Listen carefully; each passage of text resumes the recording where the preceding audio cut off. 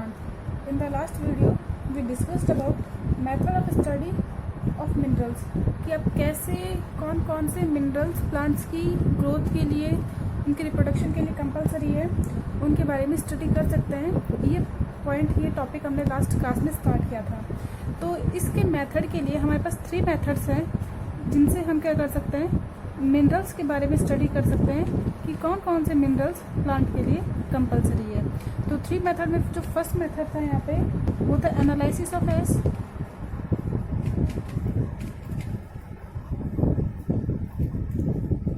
Second method था इसमें sand culture experiment,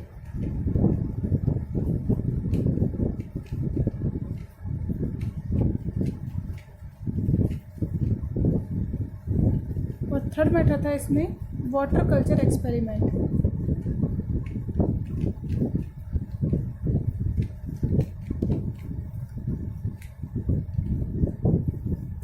देखिए लास्ट वीडियो में हम एनालिसिस ऑफ एस पढ़ चुके थे कि आपको एक प्लांट का एक पार्ट लेना है जिसे आपने ओवन में डाल के गर्म करना है, हीट करना है, वाटर इवेपोरेट हो जाएगा तो आपको क्या मिल जाएगा, ड्राई वेट मिल जाएगा। और ड्राई वेट को जब आप फर्नेस में बर्न करेंगे तो आपको क्या मिल जाएगा, उसका ऐश मिल जाएगी। इस ऐश को आप एनालिसिस करेंगे और उसमें देखेंगे कौन कौन से मिनरल्स प्रेजेंट हैं, तो उसके बारे में हम स्टडी कर चुके थे। फिर सेकंड हमने बात स्टार्ट की थी सैंड कल्चर एक्सपेरिमेंट की कि यहाँ पे आप प्लांट को कहाँ ग्रो कराएंगे, सैंड में। लेकिन ये सैंड कैसी होनी चाहिए, स्टेराइल।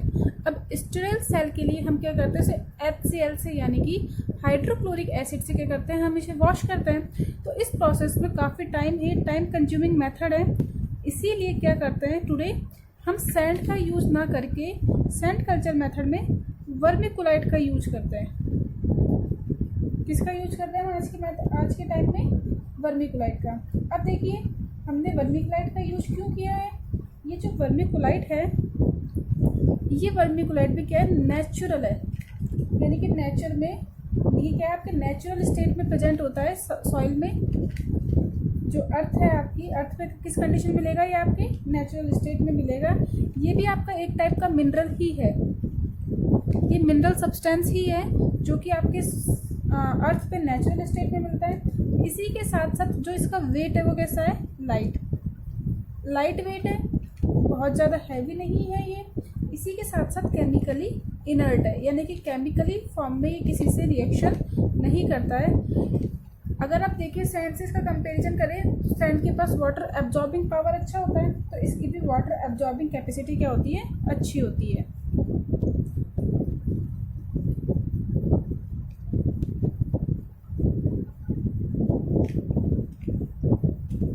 देखिए जो वर्मिकुलाइट है, ये वर्मिकुलाइट क्या है, अर्थ पर नेचुरल स्टेट में मिलता है।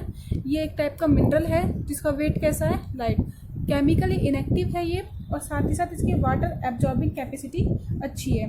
तो इतने सारे कैरेक्टरिस्टिक होने के कारण आजकल सैंड के जगह पर हम वर्मिकुलाइट का यूज कर लेते हैं। अगर आप वर्मिकुलाइट का यूज नहीं करना चाहते तो आप क्वार्ट्ज या प्लास्टिक के चिप्स का या आर्टिफिशियल सैंड का यूज भी कर सकते हैं। लेकिन मैक्सिमम जो आज सैंड का जो ऑप्शन देखा है वो क्या यूज किया गया है, वर्मिकुलाइट। इसीलिए वर्मिकुलाइट में जो आप प्लांट को ग्रो कराते हो जिसे क्या बोल दिया गया है, वर्मिकुलोपोनिक्स।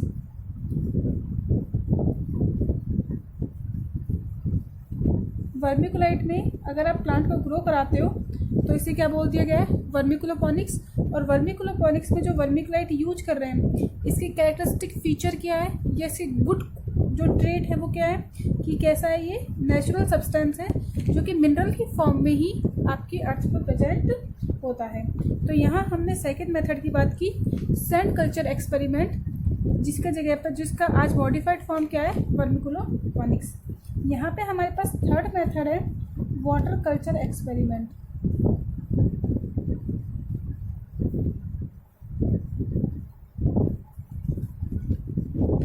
यहाँ पे हमारे पास थर्ड मेथड क्या है, वाटर कल्चर एक्सपेरिमेंट। देखिए मैं आपको बता चुकी हूँ, यह वाटर कल्चर एक्सपेरिमेंट आपके एग्जाम्स के तरीके से देखा जाए तो इम्पॉर्टेंट है, और इसे वाटर कल्चर एक्सपेरिमेंट के नाम से ना पूछ करके हाइड्रोपोनिक्स की फॉर्म में पूछा जाता है कि व्हाट इज हाइड्रोपोनिक्स।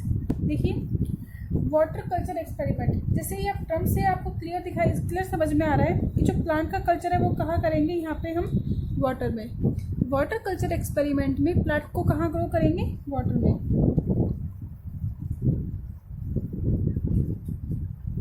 यहाँ पे किसी भी तरह का सैंड का यूज नहीं होता, यहाँ पे हम सैंड का यूज नहीं करते, सॉइल का यूज नहीं करते, केवल और केवल किस में ग्रो करेंगे? प्लांट को वाटर में। अब देखिए, जैसे ही आप प्लांट को वाटर में ग्रो करेंगे, एक बीकर में वाटर लिया, इस वाटर में आपने क्या कर दिया? प्लांट लगा दिया। क्लियर है? अब इस जो आपके पास वाटर है, इस वाटर में ही जितने भी मिनरल्स प्लांट को चाहिए, सारे मिनरल्स जो मिनरल्स प्लांट को चाहिए, ये वाटर सॉल्यूशन के फॉर्म में किसको दे दिए जाते हैं? प्लांट को दे दिए जाते हैं। अब यहाँ पे जो वाटर है, वाटर के अंदर ऑक्सीजन की क्वांटिटी प्रेजेंट होती है। अगर प्लांट को एक्स्ट्रा ऑक्सीजन चाहिए तो इस कंडीशन में यहाँ पे एक पाइप लगा दिया जाता है, एक, जिससे क्या होता है, उससे प्लांट को ऑक्सीजन की सप्लाई कर दी जाती है ट्यूब से। क्लियर हो गया? यहाँ पे जैसे ही बाहर से आप एयर को, एरिएटर होता है, एयर बाहर से अंदर डालेंगे तो बबल्स होंगे और यहाँ पे आप प्लांट को अलग से ऑक्सीजन की सप्लाई भी कर सकते हैं। मिनरल्स क्या करेंगे? सॉल्यूशन की फॉर्म में डिसॉल्व करेंगे और प्लांट को वाटर में दे देंगे। तो देखा हमने किस तरीके से हाइड्रोपोनिक्स में किस में ग्रो हो रहा है प्लांट, आपके वाटर में ग्रो हो रहा है। यहाँ पे किसी भी टाइप का सैंड या सॉइल का यूज नहीं किया जाता। तो क्या है हाइड्रोपोनिक्स? तो वाटर कल्चर एक्सपेरिमेंट या हाइड्रोपोनिक्स में क्या होता है? इन दिस मेथड सैंड और soil etcetera are not used. और क्या होगा इसमें? देखिए, the roots of the water are kept in nutrient solution, और दैट मीन्स वाटर। और अगर आपके सॉल्यूशन में ऑक्सीजन की कमी हो गई, यहाँ पे ऑक्सीजन लेस क्वांटिटी में है, तो क्या कर देंगे हम? यहाँ पे एरिएटर या ट्यूब की फॉर्म से यहाँ पे क्या कर देंगे? ऑक्सीजन का सप्लाई कर देंगे। This process is called hydroponics. अब हम आज का नया टॉपिक स्टार्ट करेंगे, जो कि है essential elements of plant. Next topic हम स्टार्ट करते हैं एसेंशियल एलिमेंट्स फॉर प्लांट।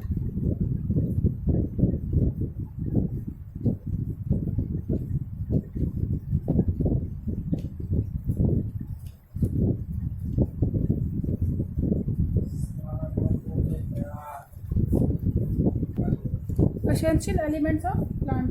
देखिए, हमें पता है कि प्लांट्स ग्रो करने के लिए ऑर्गेनिक सब्सटेंस के साथ साथ इनऑर्गेनिक सब्सटेंस के ऊपर भी डिपेंड करते हैं। तो जो इनऑर्गेनिक सब्सटेंस है, जो मिनरल्स प्लांट की ग्रोथ के लिए एसेंशियल है, उन्हें हमने क्या बोल दिया? Mineral nutrients. हमने देखा है पीरियोडिक टेबल में ऑलमोस्ट 105 हमारे पास क्या है? एलिमेंट्स है। 105 जो एलिमेंट्स है आपके पीरियोडिक टेबल में, इसमें से 60 एलिमेंट्स ऐसे हैं जो प्लांट में क्या है? प्रेजेंट है। 60 जो पीरियोडिक टेबल है, इसमें 105 एलिमेंट्स हैं। इनमें से 60 एलिमेंट्स ऐसे हैं जो प्लांट के वेट में या प्लांट के ड्राई वेट में क्या होता है? प्रेजेंट होते हैं। इनमें से जो 60 एलिमेंट्स हैं, सारे एलिमेंट्स प्लांट की ग्रो के लिए और रिप्रोडक्शन के लिए कंपलसरी नहीं है। इसमें से ओनली 17 एलिमेंट्स ऐसे हैं जो प्लांट की ग्रोथ के लिए, उनके रिप्रोडक्शन के लिए क्या है? एसेंशियल है। कितने हैं ऐसे?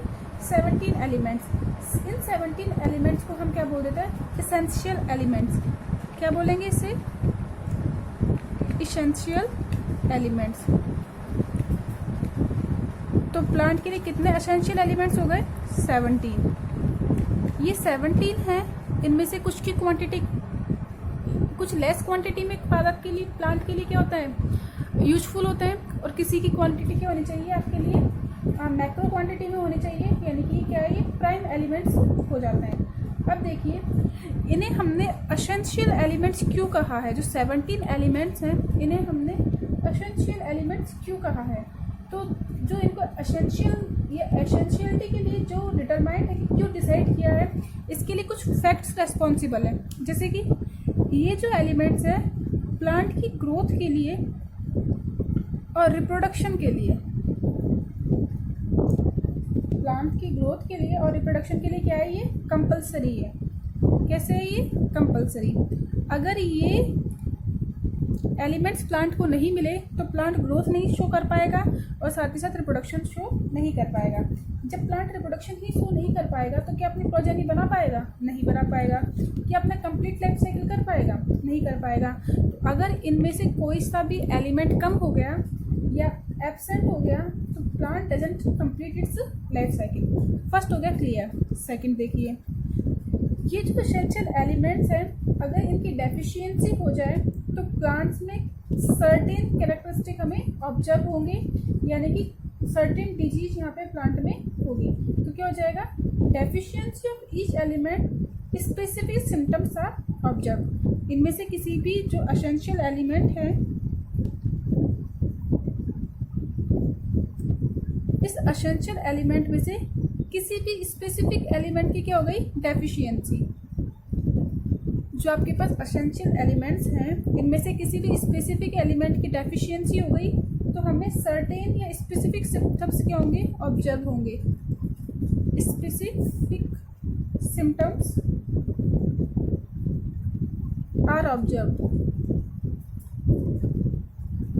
अब देखिए, स्पेसिफिक एलिमेंट की डेफिशिएंसी और स्पेसिफिक सिम्टम्स आपको मिल रहे हैं। साथ ही साथ जिस स्पेसिफिक एलिमेंट की डेफिशिएंसी से वो सिम्टम्स आपको ऑब्जर्व हुए हैं उसी एलिमेंट को अगर आप देंगे तभी वो सिम्टम्स दूर होंगे, यानी कि किसी स्पेसिफिक एलिमेंट का जो इफेक्ट है वो उसी सेम एलिमेंट से ही क्या होगा? कंप्लीट होगा। उसकी जगह पे कोई अल्टरनेट एलिमेंट नहीं हो सकता है। तो क्या कह रहे हैं हम? जो एलिमेंट है वो खुद भी स्पेसिफिक होना चाहिए।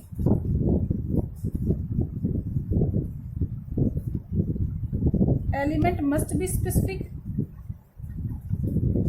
पर इसकी डेफिशिएंसी जो सिम्टम्स आ रहे हैं वो क्या होगा? आपके इसी एलिमेंट से, यानी कि आपके सेम एलिमेंट से ही क्या होंगे? वो कंप्लीट होंगे।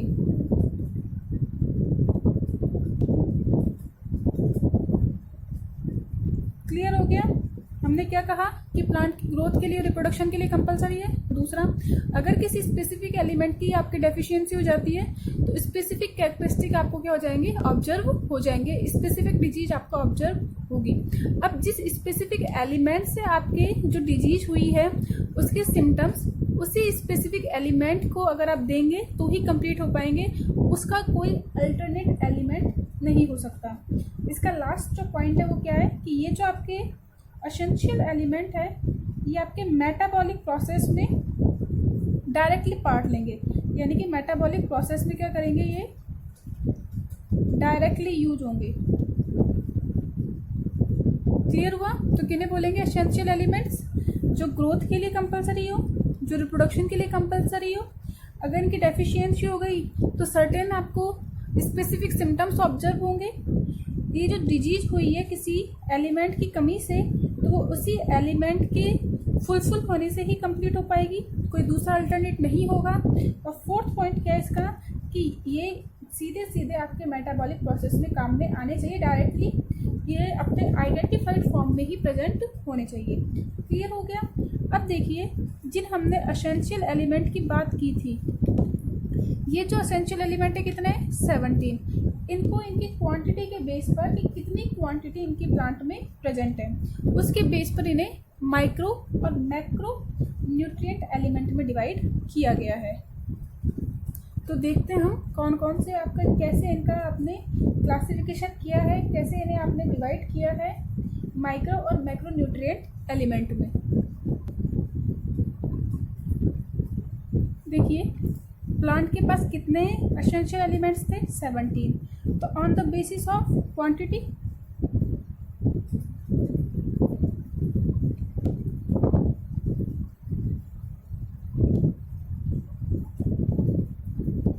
कि प्लांट में इनकी कितनी क्वांटिटी क्या है? कंपलसरी है। तो क्वांटिटी के बेस पे इनको दो पार्ट्स में डिवाइड किया गया है। तो पहला इसमें कौन सा है? Macro nutrient element.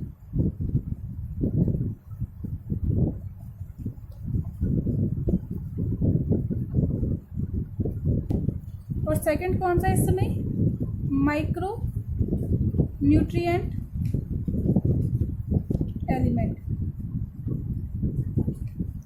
तो क्वांटिटी के बेस पर इन्हें हमने 2 पार्ट्स में डिवाइड किया है। पहला तो है इसमें मैक्रो और दूसरा कौन सा है, माइक्रो। मैक्रो का मतलब है ज़्यादा, जिनकी क्वांटिटी प्लांट्स में ज़्यादा होती है, एक्सेस में होते हैं ये, इन्हें ही हमने क्या बोल दिया है, प्राइम एलिमेंट्स। इन्हें ही हमने क्या बोल दिया है, प्राइम एलिमेंट्स। अब देखिए जो दूसरे एलिमेंट्स हैं इनकी क्वांटिटी इनके रेस्पेक्ट में क्या होती है, लेस होती है, इसीलिए इन्हें हमने क्या बोल दिया है, माइनर एलिमेंट या स्मॉल एलिमेंट। तो इन्हें और क्या कहा गया माइक्रो के अलावा, माइनर और स्मॉल एलिमेंट्स। क्लियर हो गया।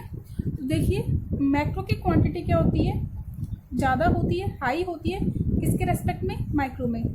कितनी होनी चाहिए, अगर आप प्लांट का 1 ग्राम इसका ड्राई वेट लेंगे, प्लांट का अगर आप 1 ग्राम ड्राई वेट लेंगे तो ये एलिमेंट्स आपके 1 से लेके 10 मिलीग्राम पर ग्राम में प्रेजेंट होंगे। तो क्या हो गया कि इनकी जो क्वांटिटी है वो 1 to 10 milligram in 1 gram of dry weight में प्रेजेंट होगी।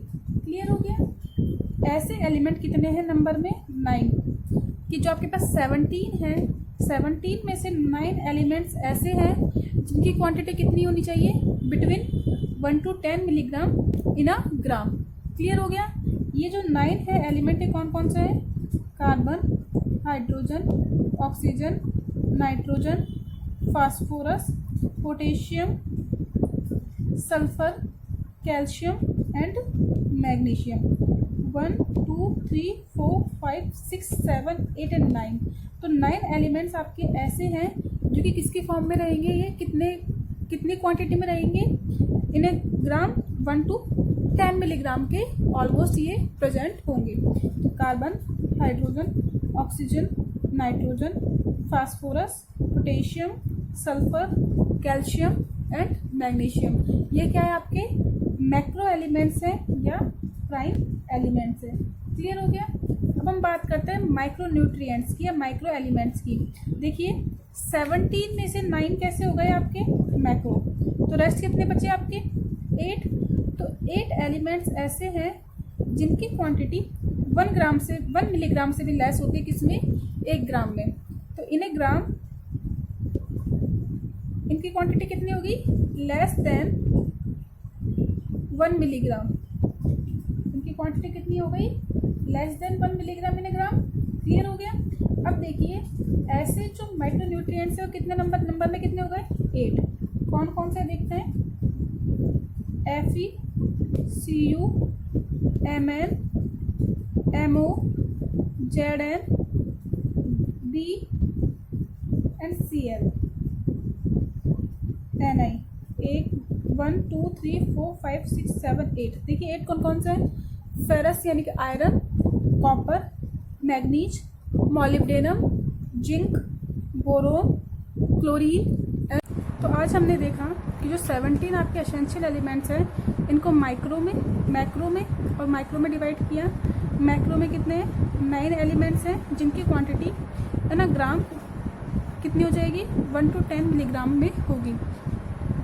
और जो माइक्रो एलिमेंट्स हैं, इन माइक्रो एलिमेंट्स का वेट कितना हो जाएगा आपके 1 ग्राम में, इन ए ग्राम लेस देन 1 मिलीग्राम हो जाएगा। क्लियर है। अभी आगे जो आपके एलिमेंट्स हैं इन्हें स्ट्रक्चर के बेस पर कौन कौन से स्ट्रक्चर में काम में आ रहे हैं, कौन कौन से एनर्जी से रिलेटेड हैं, या कौन से आपके न्यूट्रिएंट एंजाइमेटिक रिएक्शंस में काम में आते हैं, उनके बेस पे इन्हें फर्दर क्लासिफाई किया गया है, जो कि हम कहाँ देखेंगे हमारे नेक्स्ट वीडियो के लिए। तो आज के लिए इतना ही। Thank you.